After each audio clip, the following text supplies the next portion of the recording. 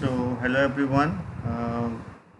So welcome back to the Python web video series, and in this video we are going to learn about a concept or a program that is based on arrays and string, and it also uses the past concepts of functions and other concepts, right? Data structures. So those who have gone through the videos or who know the concepts of functions, data structures, and other concepts are free to actually go ahead with this video. Otherwise, those who are new, who actually don't have that information, they can pause it, or they can go and view the various videos. I am sharing the link of the Python video series, and then you can actually proceed with this video if you know the concepts. Okay, so this video is all about learning about a program, or we will go through a program. The program actually talks about writing a Python code that reads a sentence from the user and converts every vowel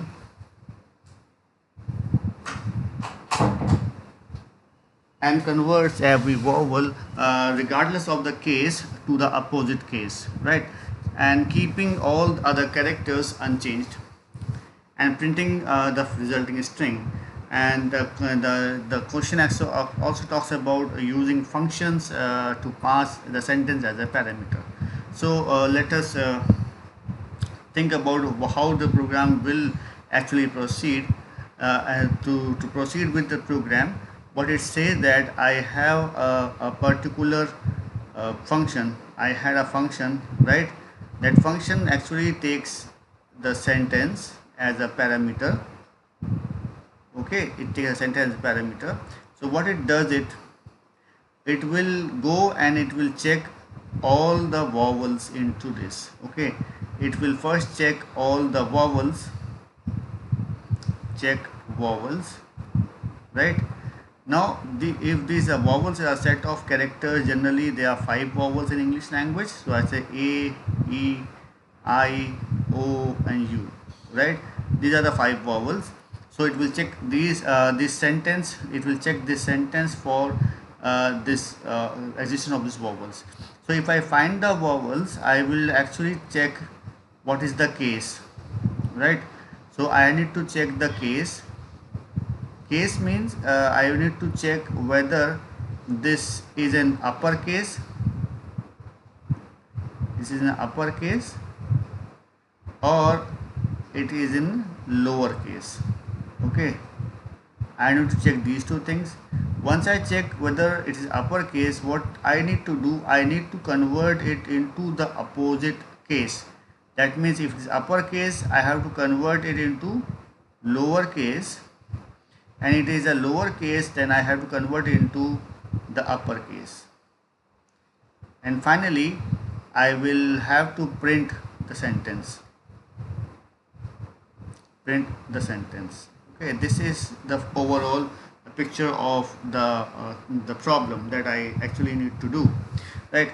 Now how can I achieve the objective? I can achieve the objective using some stages. The steps that actually come along are the stage number 1. It says that I have to read the sentence, right, from the user. Then I have called the function for the function processing of the sentence. Then I have to process the sentence inside the function body, and finally I will print the sentence.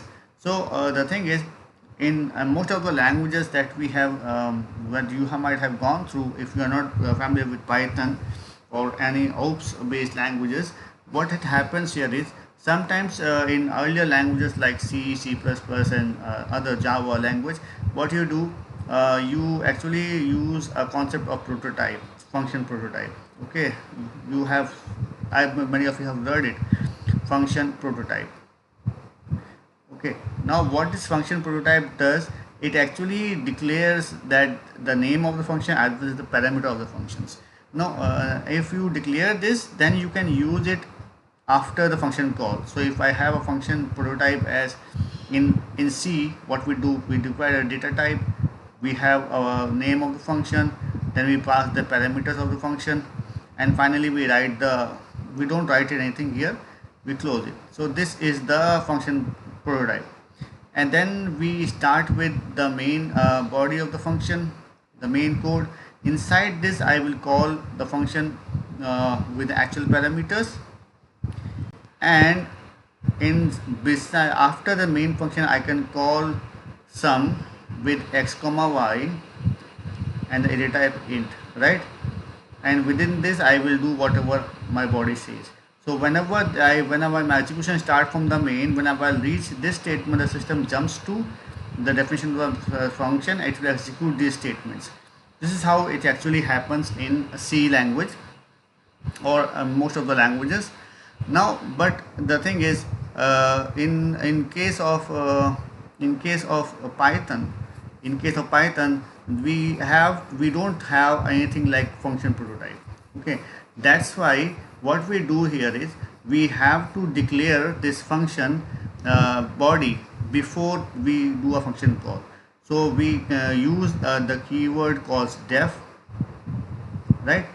And we pass the function name, right, whatever name we have, and within this we pass the parameters. Okay, we pass the parameters and we put a colon sign. So when we have, or anything inside this is the body of the function, right? Once we have a definition, then we can call this function, if whatever function name you have and the parameters that you call, right? Whenever you pass this, this is the start of the, if this is the start of the code, Python code, this will be compiled or this will be interpreted first. Okay, the system knows that in the coming program there will be something with the name which has a name like this and it has the parameters like this. So whenever it finds a similar name and parameter, the system goes to the body and execute all the things inside the body of the function. So this is how you need to proceed. Okay, this was the overview of how we use function. So we will be using a keyword called def, and we're calling it after we declared the body of the function. So these are the 4 steps that we need to follow. And now come to the first step, that is reading the sentence from the user. For reading the sentence from the user, we have used, or you can use many ways, but for the easiest way is to use an input function. Okay, the input function by default reads a value and the data type is string. Okay, the data type is string, and we actually want to read a sentence, so the sentence is of the type string only. So this is the most convenient way where we can ask the user to enter a sentence. So whatever you write in this double quotes, it will be printed as it is on the shell or on the terminals. After this label, the user will enter his or her string. Okay, so whatever strings the user enters, that thing will go into the variable called sentence. Okay, now suppose the user enters a string saying my name is Usman, suppose. So if I have something like this, so if I make it in the same fashion, if I say user will see something called enter a sentence. Okay, user will see something like this and a colon. After colon, the cursor will be blinking here. So you write, suppose I am GOOD. Okay, you write in this fashion, I am good, and then you hit enter, right? So I am good is a sentence. Okay, and this sentence will go and store itself in a variable called sentence. Okay, this will be stored here in the variable called sentence. So next time in the program, when we refer to sentence, we are actually referring to I am good. Okay, And I am good, I is in small case, when a space, then am in small case, then a space, then G in a capital case, then O in a small case, then the second O in the capital case, and D in the small case. So we have mixed of small and upper case, and we also have the white spaces between these three words. Okay, so we have actually read the sentence I am good, and we have stored it into the variable called sentence. So the next thing is calling the function with this sentence as a parameter. So for calling this sentence, we need to have we need to see a particular function. We will create a function. So the function in this case is the name of the function is processed underscore sentence. Okay, no man, you should be knowing that whenever we use two different words like process, sentence, so we cannot use spaces, we cannot use a space in between these two words. If either we have to write them in sequence, process, sentence in one word, or if we want to show that these are two words, then separate it using an underscore.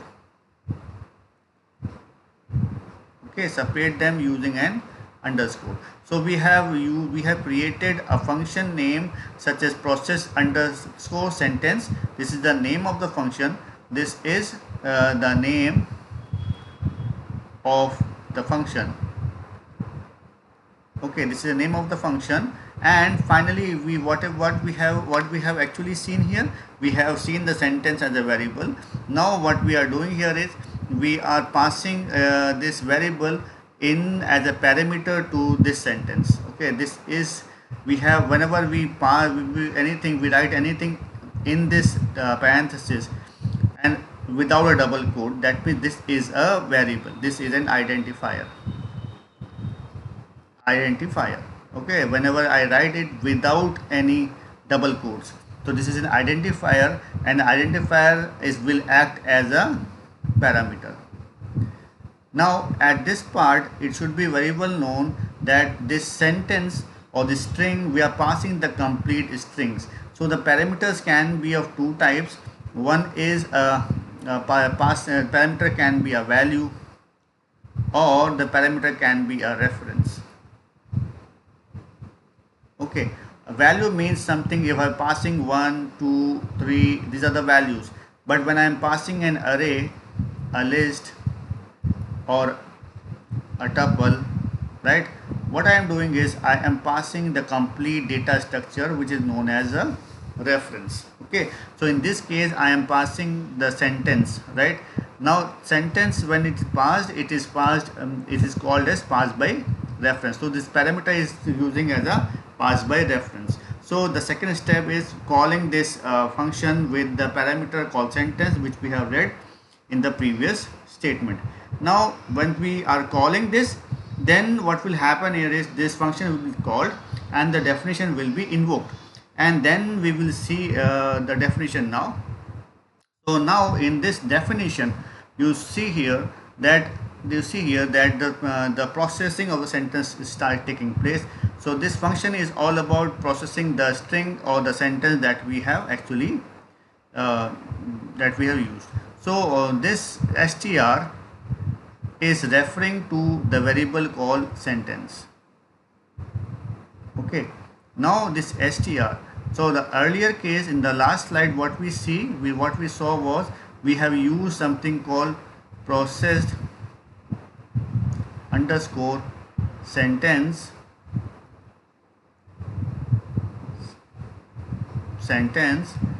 and I have passed here the word the parameter called sentence, right? So this sentence and this str both are parameters, but this is the actual parameter, and this str is the formal parameter.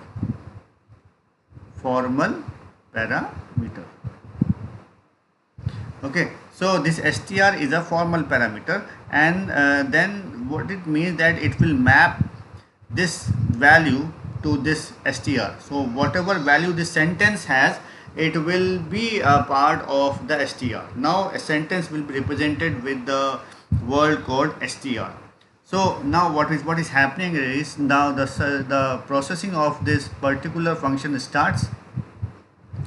And in this case, now what is going to, how the process will read and how the process will transform the sentence. Let us see is here.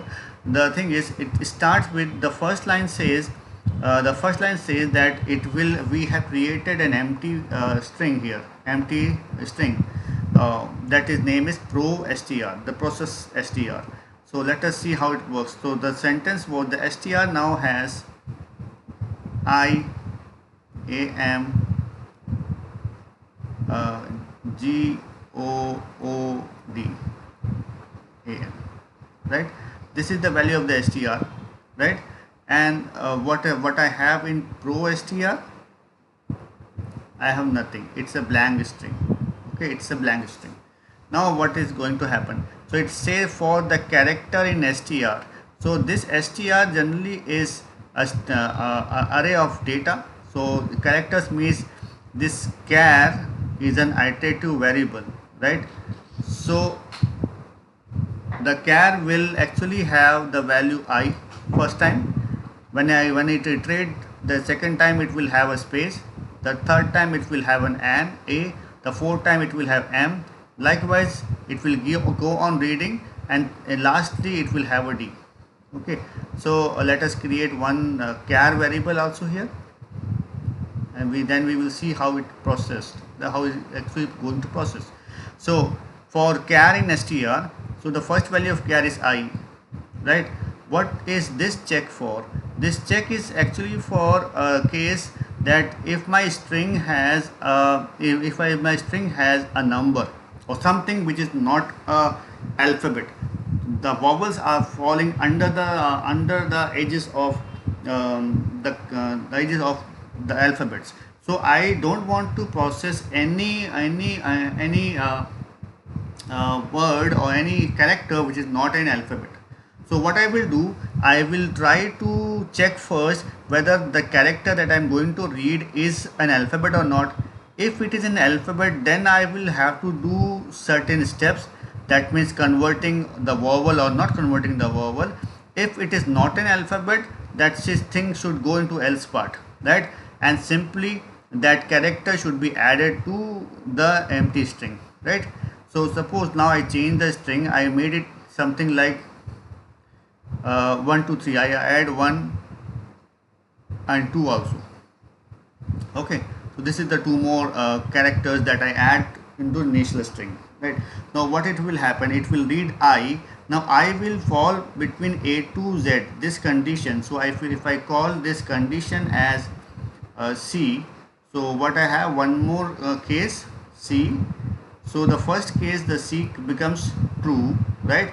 So it will go inside and it checks this. This is the second condition. If the char is in, now that char which belongs to either A to Z or A to capital Z, now it goes inside and check whether this char is among these characters or not, because these are the uppercase and lowercase of the vowels. So this is, suppose this is C1, this condition was C1 and this condition was C2.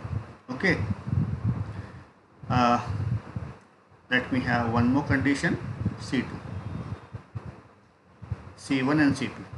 C1 was true, C2 is in because I is a part of the vowels, so this again C2 is again true, right? So if this is true, then I should go inside this and check. Now the third condition comes, that if this char is in upper, this is upper function, what it is doing here is, what this is upper function actually tells you, it will check, this is a check if the character is upper or not, is in uppercase, either true or false, right? So in this case, this I is not in the uppercase. So okay, so this is the is upper is false. So I will take is upper will be false. Okay, so if this is upper is false, what will happen here is, the condition will go in the else part, right? and what this condition says, it doesn't check because this is an else should not have a condition. So it says that add this character after converting it to the upper to the string, process string, right? So this thing actually it can be read as, this thing is equivalent to pro str is equal to pro str plus character dot upper. This is what it means. So pro str was initially empty, character what the character I dot upper, suppose this was what it meant. So it will convert this into the capital I. When this capital I is added with pro str, the new pro str will have the value called I, capital I, right? This is the new value of the pro str, right? The next thing is, now I will rub all this because the meaning of all the things has been explained to you. So I will rub these conditions. Okay, so now what will happen here is, now the iteration now begins. It will read the second character, that is space. So what will happen in the space case, it will go here, this space now is this if will not fall, it will be a false case. So the if this C1 condition, so I will put this C1 condition will be false. In this case, this thing will jump to directly the else part, and this character, that is the space, will be added to the string. Then I have I and then a space, right? Now it will now go and read the third thing, that is A. Again it comes here and say that yes, it is a part of the character set. It will go here, it will check whether this is another part, yes, it finds its A here, so it will go inside and go into the else part and change this pro str to pro str plus character. But in this case, pro str already has a value. What is the value of the pro str? Pro str plus character dot upper. Okay, the pro str already has a value called I space, right? And character, now the character dot a dot upper means it will have this A. So the new value is IA. The new value of the pro string becomes I space A, right? Next time it goes up, it checks something. It goes up, it checks whether this is, it belongs to this, no, right? So it will go here, because the thing is, the next character is called, next character is M, the next character was M. So in this case what happens, it goes here, it will check, yes, that the character is an alphabet, right? This is true, C1 becomes true, right? The next time C1 becomes true, and what will happen is go inside, but this if will become false. So the control will directly comes to this part, and it will, instead of converting it to upper and lower case, the system adds it into directly the string. So the next game I will get I space A and M in small case, right? Then likewise I will again have a space, right? Then I have GOOD. Now the thing is, when I get this O, suppose when I get this O, then what will happen, it will go inside this thing will become true because this condition is true, right? It will go inside, it is again true because it has a capital O. It will go inside and check is upper. Now this is upper will become true, right? So this thing will hit now. It will add the lower case. So this will lower down this O, right? This O is been capitalized, this G remains G, this D remains D, right? And then when I have this 1 is not part of the alphabet, so this if will go into this part, it will add it directly to the string. So in this way, what I am doing, I am reading one by one the characters, when I am checking whether the character is a part of the alphabet first, and if it is a part of the alphabet, then I have to do the vowel processing. If it is not a part of alphabet, then I should not do the processing of the vowels. I would just add that character to the string, right, empty string. And if it is a set of the characters but it is not part of the vowel set, then also I will add that particular character in the part of the new string. That this is what I do. So after doing all my processings, what I will get here is I will get a string of this sort. Okay, I will get a string saying I will be capitalized, space A will be capitalized, then M, then is G is already capitalized, this O becomes capital, this O becomes small, this D is as it is, and 1 2 as it is. So this is the current value of the pro str. Okay, this is what the pro str should hold.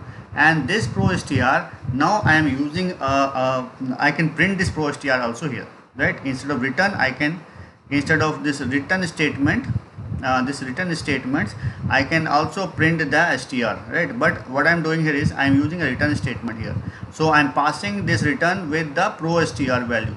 So whenever we use return, what is say that the function call, whoever has called this function, the control should go back to the calling function, right? So we have called this function from a particular part of the program, and we have stored that result. When we call this, it goes in this particular body, and it reads, does all this processing, and it will come back now with the pro str. So the pro str value, whenever there is a return statement, after all the function has been completed with this statement, this function has been replaced by what? It will be replaced by pro str. Okay, that means whatever value it is returning as a pro str will be assigned to this variable called result, right? So what value does pro str has? What value this pro str has? The pro str actually has the value called I am good, and that I am good is in form of I A M G O O D 1 2. This is the value that has been assigned to the result, right? And finally, what we are doing, we are printing the result. So this statement will print this value, right? So in this way, we achieve the goal of printing a sentence, complete sentence, but we are toggling the vowels in that particular sentence, and we are not touching, or we are not changing the case of any other characters in that particular sentence. Okay, now we will see the complete program at one shot, and we will see the output also for one of the input. Okay, so this is the complete program, which says that you have actually read the sentence from the user, then you have defined the function, you have defined this function here, right? And then you have called the function and stored the result of the function that will be returned into a result variable, and finally you print the result variable. So the sentence that we have given here is I am running the horse, HOURSE. So what it is, this is I in a small case, the current I is in capital case, then I have a space, then I have a space, then I have a capital A, so it returns me a small a, then I have a small m, it retains the small m, then I have a space, then I have a space here also. Likewise, I keep on checking one by one characters, and those characters which are vowel, like U in a small case, this U is in a capital case, this I is in a capital case, so this I is in a small case, this E is in a capital case, so this E will be in a small case, this O is in a small case, this O will be in a capital case, and this E is in a capital case, this E becomes a small case. So we actually can transform the complete sentence and read the sentence sorry, and we completed the objective of our program. So I hope you got how to write a program using multiple concepts. Generally, when we ask a question in exams, or we ask a question in test, what we do, we don't ask a single concept. We combine multiple concepts and we come up with that particular value. So this is the basic program which tells you to how to read a sentence, how to call a function with actual parameters, and how to write a function body with the formal parameters, and then how to process it as per the objective of the program.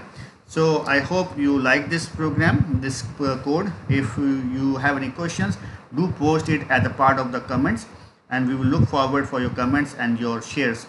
Thank you very much.